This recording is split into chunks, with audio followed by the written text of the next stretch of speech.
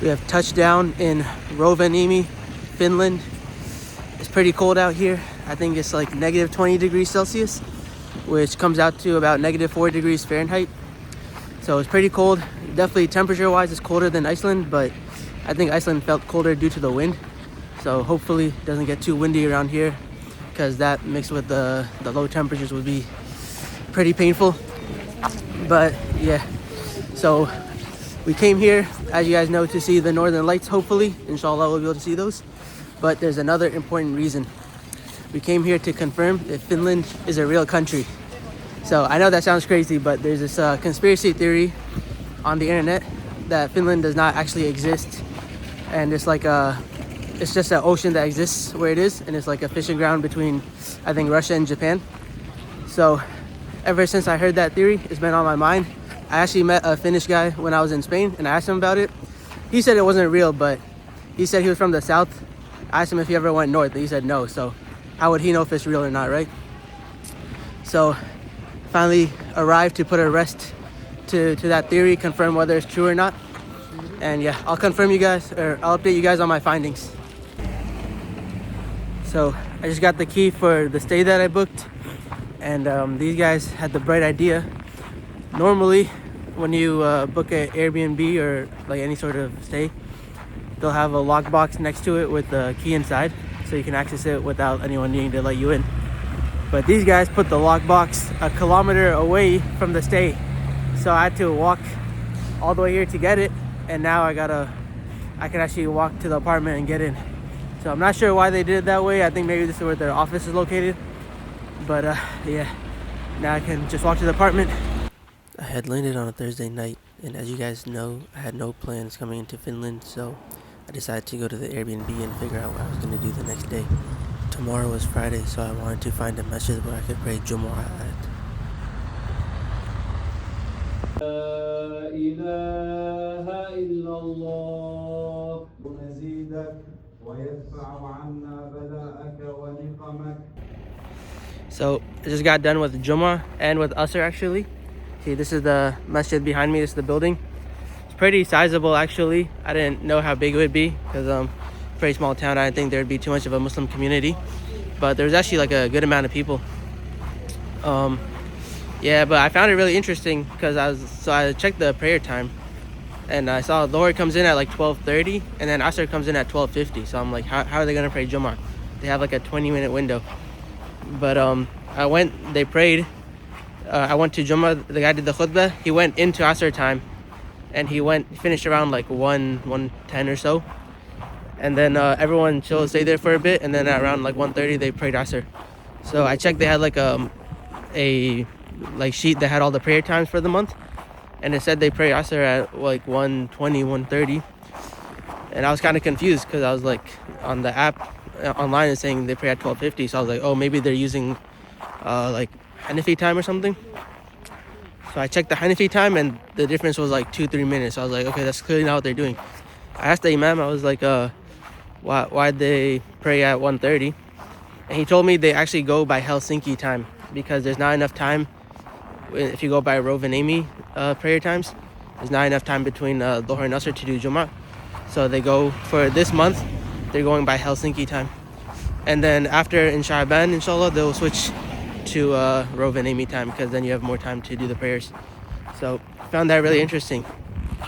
And he was telling me like people will stay in the masjid from Dhuhr till Isha just because it's like a 3-4 hour window between the two, or yeah, between the all the prayers, 3-4 hour window. So everyone just, well, not everyone, but a lot of people will just sit in the masjid and wait the entire 4 hours.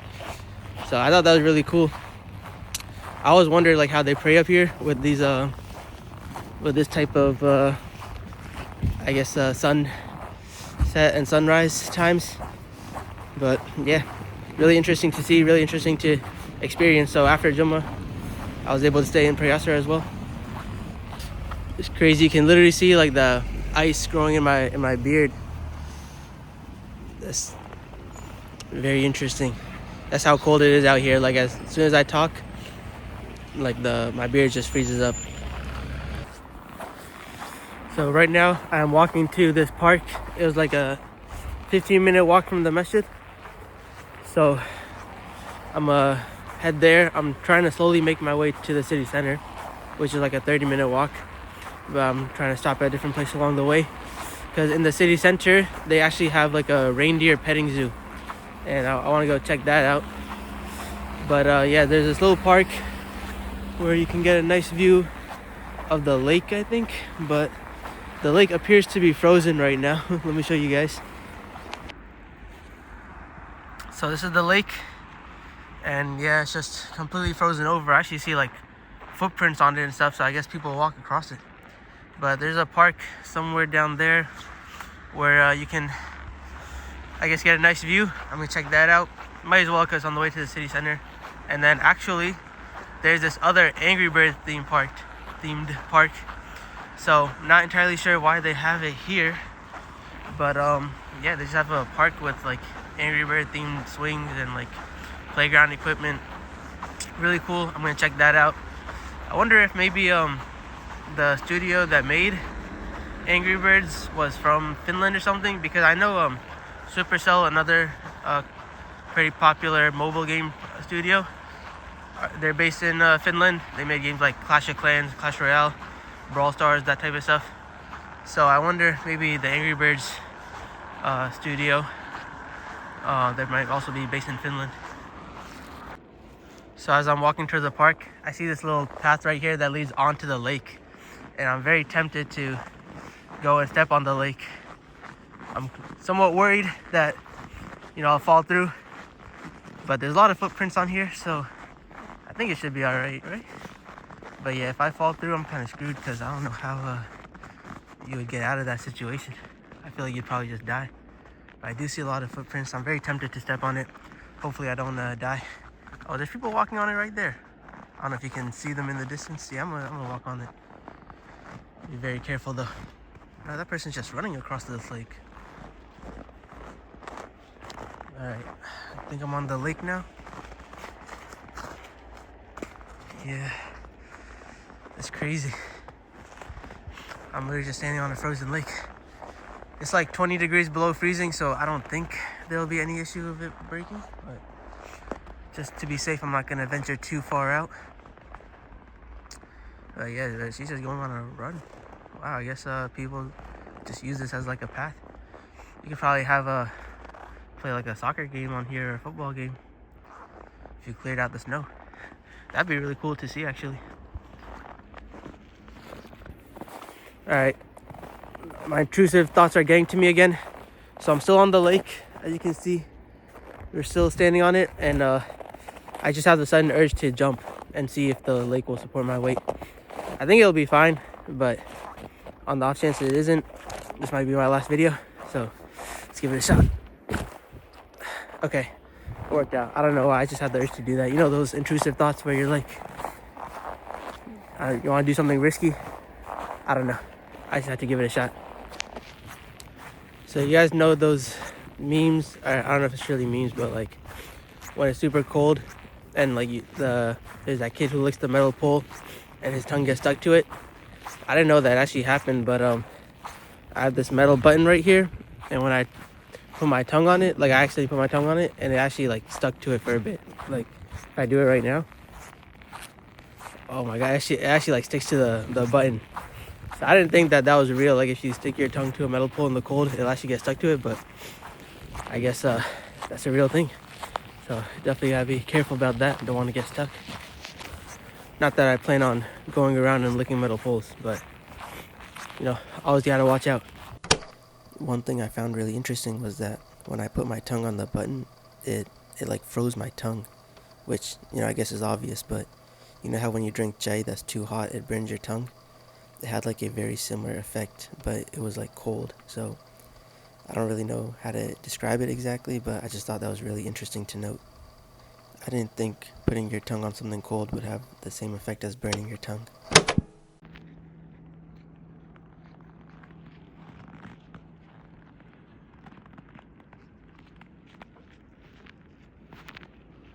Alright, made it to the park. We have a nice view of the frozen lake. Honestly, if I didn't know this was a lake, I would just assume it's like a field. But yeah, can see the moon. The moon looks really bright considering the time of day that it technically is. It really stands out. But I noticed they have these pull-up bars here and these little bars for the tricep dips, and I haven't been able to do my pull-ups in a long time. Like, I have a pull-up bar at home, try to do them every day, but over this trip haven't been able to do them even once. So fortunately I found this pull-up bar. I can get a set in real quick, and yeah, I don't feel complete without doing these.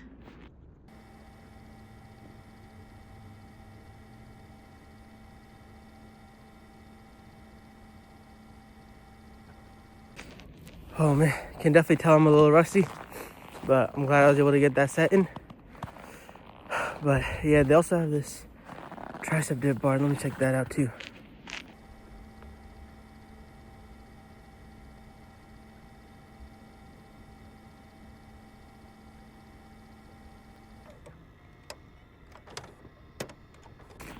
All right, I'm glad I was able to hit the pull-ups and the tricep dips. Definitely a little rusty. Can tell that was a lot harder than it should have been. Although, you know, let's just say this jacket is weighing me down. That's what makes it difficult. But yeah, haven't been able to do any sort of exercise. Well, I mean, we do walk like a lot of miles every day, so I guess that counts as exercise, but haven't been able to do any sort of weight training. So yeah, I'm glad I was able to get that set in. But one thing I noticed, there's actually an island on that lake, and it looks like there's something on it. I don't know if that's like playground equipment or what, but found it really interesting. I guess you can only access it when the lake is frozen, or I guess in the summer if you have a boat you'll be able to access it. But I wonder, it's interesting to me that they put something like that there, so I want to check it out. So I made it to the island. It's pretty cool. It's not that big, but let's check out what these things are that I saw from the shore.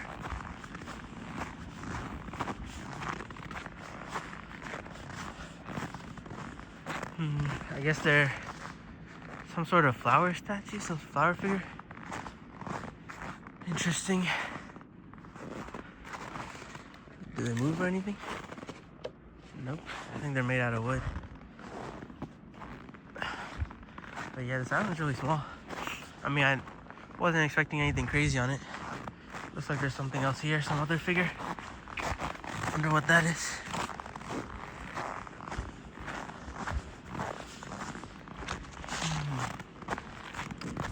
Maybe a reindeer.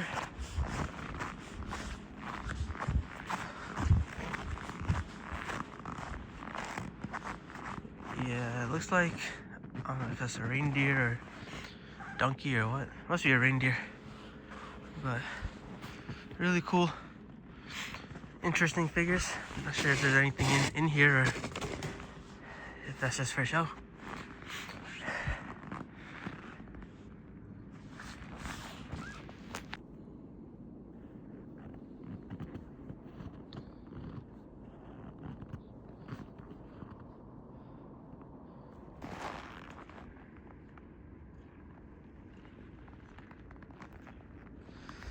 So this whole time I was wondering why there are marks like these in the snow, but I guess it makes sense now. People use skis to walk around here. That's fascinating. Seems very efficient. The guy's moving pretty fast, so I might have to get a pair myself. We have finally made it to the Angry Bird Park. You can see the entrance behind me. Let's go inside and check out what they have.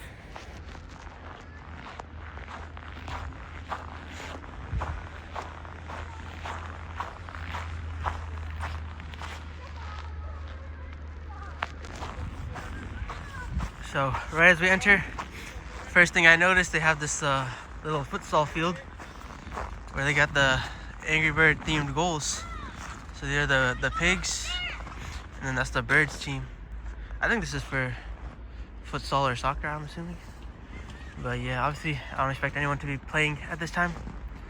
Then over here they got some more pull-up bars, monkey bar type. I guess it's like a fitness area. This seems to be more for adults. Like, I don't think there's any Angry Birds theme here. But if you go down here, they have the whole Angry Bird themed park or playground. Really cool. You can see the figures. So there's the king pig at the top. They have the yellow bird. It's covered in snow, so you can't see it too well. And the red bird is behind over there. And here they have the Angry Bird themed swings. You can see there's another red bird figure, and they have a slingshot. Wow. Just like in the actual game. And looks like there's a whole nother side to it. Oh, they have like a little zip line thing as well. Wow, this is actually fascinating, man. It's a huge throwback. I know many of us grew up playing these mobile games on our phone back when like Angry Bird, Temple Run, Jetpack Joyride, Fruit Ninja, all those games were super popular. So it's really interesting to me that they have a whole park based around this. Yeah, I'm gonna go check out, see what other stuff they have.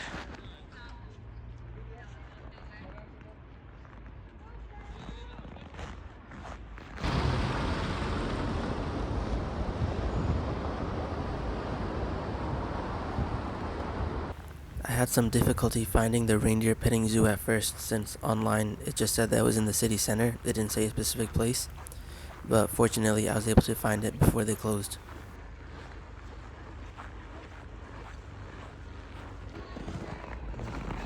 He's being lazy. What? Yeah, I can tell. How many are there? How many? Here's 3. And there's behind the fence. I think 2 okay. more.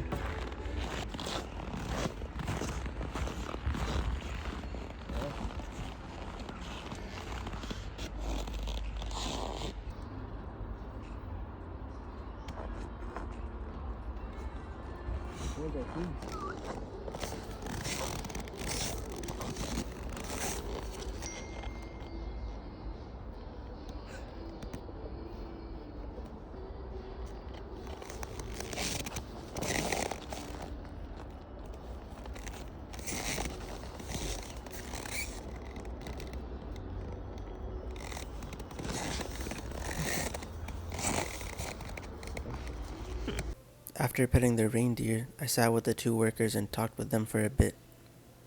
It was almost closing time, so they weren't very busy. So, just went to this reindeer petting zoo. Got to see the reindeers, learned a bit about them. It was really cool. But for me, what I found really cool was that afterwards, I sat with the guy for a bit. There was 2 of them who were like, I guess, watching the zoo. So I sat with them for a bit, talked to them, got to know their story. They're actually like really cool. So one of them was a young Finnish guy, probably around my age, I'd say mid 20s. He was telling me how he like travels to all these other countries, how like the past year he was just traveling all over Southeast Asia and just meets random people and just like travels with them. And he was talking, telling me about Finland and stuff. And the other guy was this he was a bit older. He was from Slovakia. He was telling me how he went to Zanzibar to work there, and then he met his wife there and got married, and now he like travels to different countries for work and then goes back to Zanzibar. What's interesting is that Zanzibar is a Muslim country, so his wife is actually Muslim, even though he himself wasn't. So I got to talk to them for a bit, and yeah, they're both really cool people. To me, I think that's like one of the coolest things about traveling, is that you get to meet these people and hear the story. You get to talk to them and just like see what their experiences were like, because we all come from extremely different backgrounds, so it's fascinating to hear other people's experience. Yeah, one thing I found really cool was the guy from Slovakia. I was talking to him, so he's a bit older, so he was telling me what it was like growing up under communism. And to me, that was really fascinating, because we all like come from different backgrounds. Like coming from different countries or cultures is one thing, but he came from like a whole different economic system, which I feel like is a lot rarer. So hearing his experience about how it was growing in that environment was really fascinating to me. After the petting zoo, I had a tour booked to see the Northern Lights. The tour was advertised as guaranteed Northern Light sightings, but of course that's not something they can guarantee. So what they do is that they text you the likelihood of seeing the Northern Lights, and If you want to opt out, you can get a full refund. Otherwise, you can reschedule or continue on with the tour and take the risk. In the morning, they had texted me and told me that there was a 20% chance of seeing the northern lights, so it's very low. But unfortunately, I wasn't able to reschedule for the next day because the next day was completely booked. So my option was to cancel the tour and get a full refund, or take the risk and go on the excursion. This was the only chance I would have to see the northern lights, so I decided to take the risk. I'm glad I did because this is what I managed to see.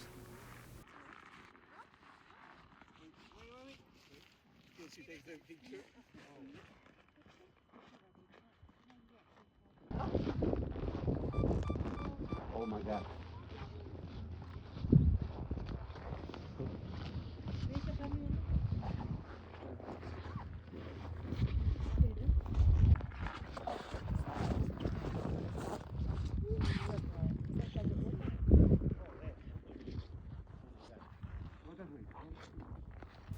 It is quite possibly the most beautiful thing I've ever witnessed, and I'm simply in awe at the magnificence of Allah's creation. The next day, I had a snowmobiling tour where I went snowmobiling around a frozen lake. The view from the lake was absolutely stunning.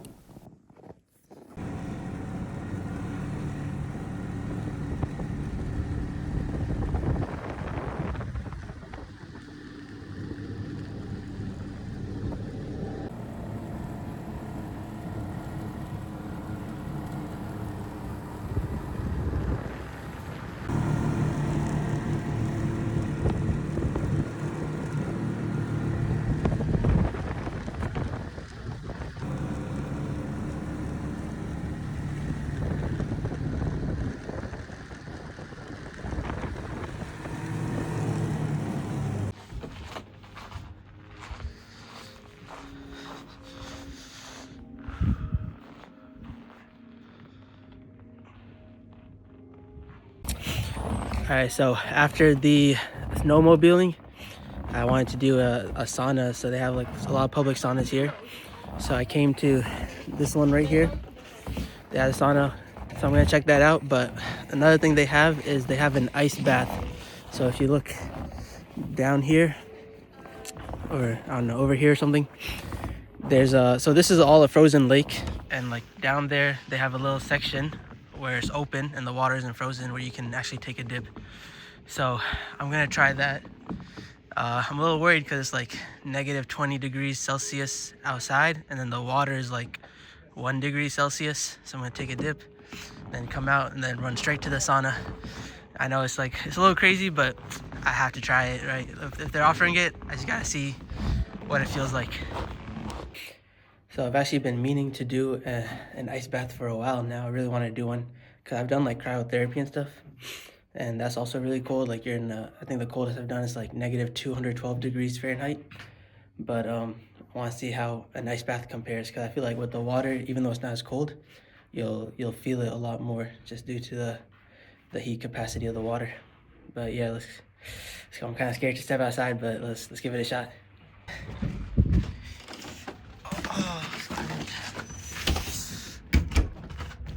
Dang, it is cold. I am only wearing my swimsuit, and I'm really about to step into some ice cold water. Let's go give it a shot. Alright, there it is. Man, I'm so cold just outside like this. I can't imagine how the water's gonna be. But there's this one guy who just came out of it, and he was walking like it was nothing. I don't know how he's doing that. The lady actually told me that it feels less cold when you go inside. I don't know. I'm just gonna take a little step in, see how it feels. All right, let's go. Bismillahirrahmanirrahim. Oh, it's slippery. The lady said to walk backward, actually. Oh, my hands. I can't even grab this railing because it's so cold. Oh my God. Oh, my feet are in there. Oh, the water. Can't grab the railing or anything. Oh, my feet. All right, let's go deeper.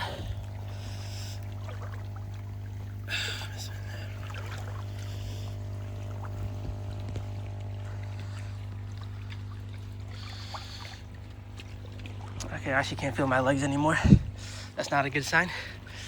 I am now up to my waist in this freezing cold water. Holy, I'm not feeling my legs anymore.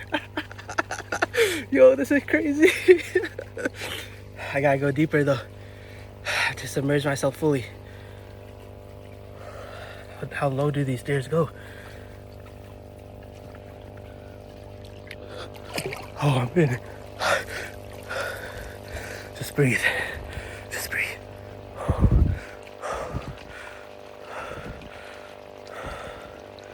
Oh man, this is bad. My whole body is like vibrating right now. Wow, this is crazy.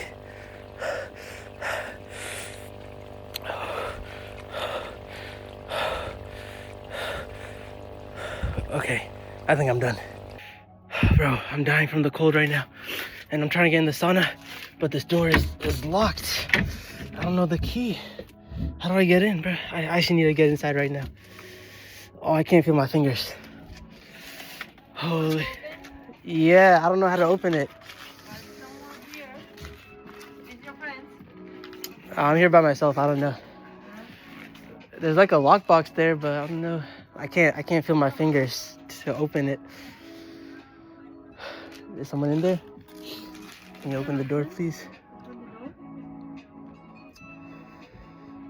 Oh, can you? I don't know how to open it. Okay, looks like someone's opening it. Thank God, I'm saved. Okay, fortunately he opened the door for me, so I made it inside. I'm about to go inside and heat up. Whew, okay, I've been in the sauna for a good 30-40 minutes now, so I'm gonna go give the cold plunge another shot, see how it feels after being in the sauna. I think it's supposed to be easier, so apparently I actually did the order wrong. You're supposed to hit the sauna first and then the cold plunge, but I went straight to the cold plunge, which makes it a lot harder. Not that this will be easy either way, but let's just see how it feels the second time around. Oh man, it's bad. I was in there fully submerged for a minute. Man, I can't. I'm at a loss for words. I don't know what to say. All I know is I gotta get back in that sauna ASAP, or else hopefully the door opens this time. Man, I can feel like my beard freezing up, like my hair, everything freezing up. I can't feel this hand right now. Oh God. All right, I'm gonna get into the sauna. Making it look easy. Yeah. I met a Chinese guy in the sauna, and we decided to go back to the frozen lake for a third time. He agreed to record me as I was getting in. He wanted me to record him as well when he went into the lake, which I didn't mind, but the only issue is that normally after getting out of the lake, I would rush straight to the sauna, but since he wanted to be recorded, I had to stand out in negative 20-degree weather for a good minute or two before I could head to the sauna. So I'm still in the sauna. I've been going back and forth between the sauna and the ice plunge for it's been like 2 hours now. Over 2 hours now I've been here. And it's a great experience. But I think the coolest thing is like I'm meeting so many people. Like I don't know what it is about a sauna, but you just like meet and talk to a lot of people. I notice this in Lifetime as well whenever I go to the sauna. If I like see someone, I'll just strike up a conversation, just say like, what's up, how's it going? Like ask some random questions. But here, especially, like I've met people from all over Europe. There was just right now I was talking to a guy who was half Finnish, half Gambian, which I was like, that's such a unique mix. Like when do you ever see that? But earlier I was talking to like this couple from Amsterdam. There was some from people from Italy, people from Spain. The people from Spain were actually from Alicante, I stayed in Alicante because my friend has a house out there, so I stayed there. So I was able to talk to them about that. I thought that was really interesting. I talked to like this Chinese guy who's studying abroad in the UK. I met so many people in these 2 hours just by sitting in the sauna. So I really like that aspect of traveling and like experiencing different things. So I think it's super worth it, super cool, really interesting to hear the background and just, make conversation with these people. Oh yeah, I met some Japanese people earlier as well. They were sitting, there was like 4 of them, they're all sitting. And I went in, I heard them speaking Japanese. And then I actually asked them, like I spoke in Japanese. I was like, "Anata tachi wa Nihonjin desu ka?" And they were so shocked to hear me speak Japanese. So I thought that was really cool. Like I was able to use my like Japanese skills that I learned from traveling to Japan like 9 months ago. I was able to use that on this trip and like talk to some Japanese people. So it was really cool talking to them as well. But I think the ice plunge itself is it's very like difficult, like very taxing, but it's super worth it because once you get out, like you have like such a rush of adrenaline, you have so much energy, and it's like you're, I don't know how to explain it. Like your mind is in like such a frenzy because your body, like when you go into the ice plunge, your body legit thinks that you're about to die. So it's releasing like all these endorphins and dopamine, right? Once you get out and realize you're about to survive, like it's just such a rush of adrenaline that it's like an unmatched feeling. Like I've done cryotherapy before and it was similar, but I think this is just like a much more intense version. So I recommend everyone to at least try it if they get the chance. Okay, just got out the sauna again, and people were telling me that another custom is to get out the sauna and then jump into the snow or lay in the snow, because I think that's also very cold. So I heard some mixed things. Some people say it's harder than the cold plunge. Some people say it's easier. To me, it seems like it would be easier because the cold plunge, you're like directly like enveloped in the water. But I don't know, let's give it a shot. Good thing I'm a lot closer to the sauna this time, so I'm gonna lay in this. Oh man, let's go.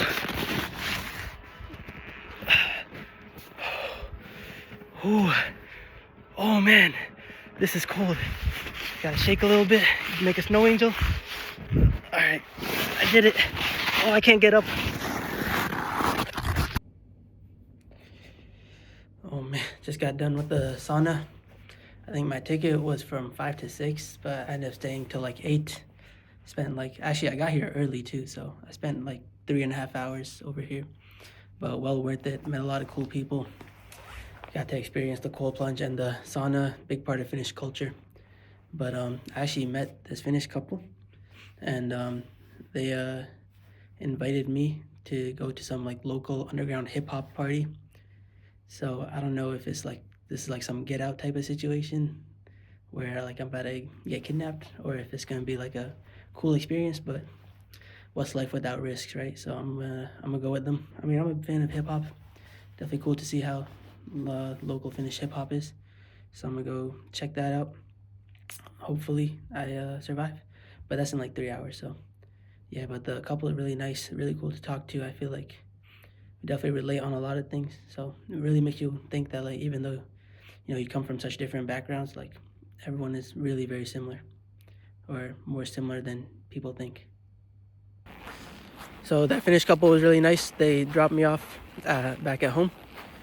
So far they don't seem like the get out type. That's at least a good sign. Who knows, they might still kidnap me. Maybe it's all part of the long con to draw me in. But yeah, that's a risk that I'm willing to take. Right now I'm heading towards a shopping center, get some food, grab some souvenirs or so before I head back. And yeah, I think the guy is supposed to pick me up. He said the underground event is at 11. Right now it's about 8:30, so I think he'll probably pick me up maybe a little before 11. He said he'll text me. So yeah, we'll see. Jatketaan vielä tämmöisellä vähän melankolisemmalla linjalla. That was it for my time in Finland. It was definitely the best part of the Europe trip for me. You would think I'm heading home now, but I have one last stop in Amsterdam since that's where I'm flying out of. And oh yeah, I've determined that Finland actually is a real country.